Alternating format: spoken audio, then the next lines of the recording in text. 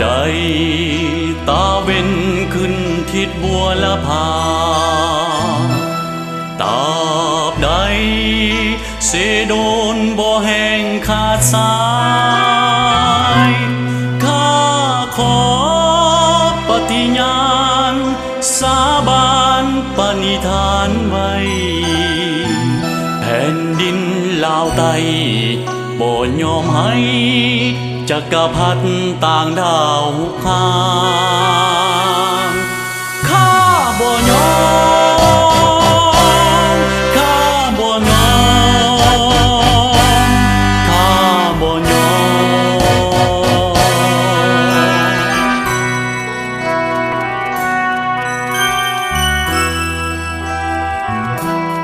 องค์แก้ว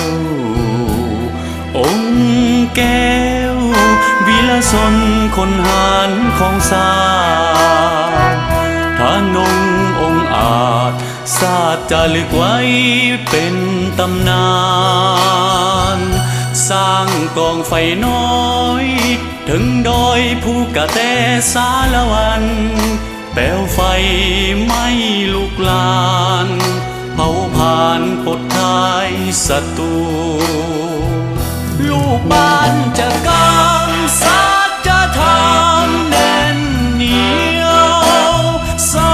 มัคคีหนึ่งเดียวเด็ดเดียวดับสูญศัตรูสงครามกองร้อนทอนหอมเผาสนต่อสู้คำขวัญเดียวมีอยู่สู้จนกว่าจะบ่มีเงา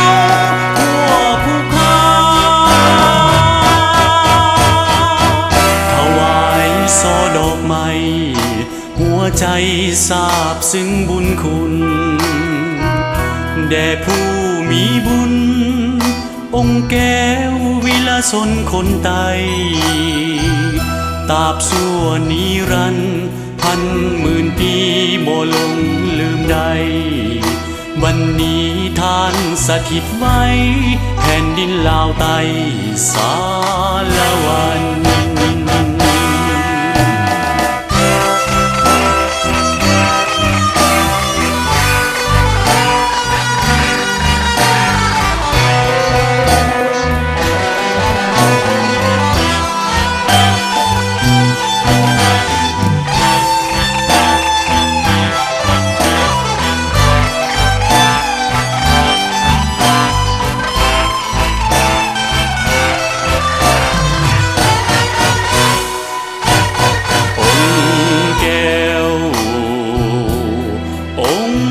แก้ว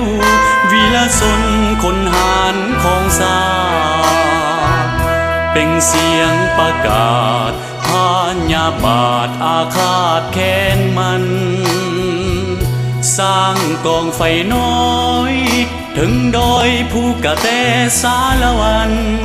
แปลวไฟไม่ลุกลานเผาผ่านปดท้ายศัตรูลูกบ้านจะกำสัจธรรมแน่นเหนียวสามัคคีหนึ่งเดียวเด็ดเดียวดับสูญศัตรูสงครามกองร้อนทอนหอมเผาสนต่อสู้คำขวัญเดียวมีอยู่สู้จนกว่าจะบ่มีเงา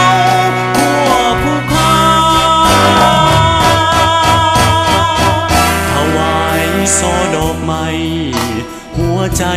ซาบซึ้งบุญคุณแด่ผู้มีบุญองค์แก้ววิลสนคนไตตราบชั่วนิรันดร์พันหมื่น ปีบ่ลงลืมใดวันนี้ท่านสถิตไว้แผ่นดินลาวไต้สารวัน วันนี้ท่านสถิตไว้แผ่นดินลาวไต้สา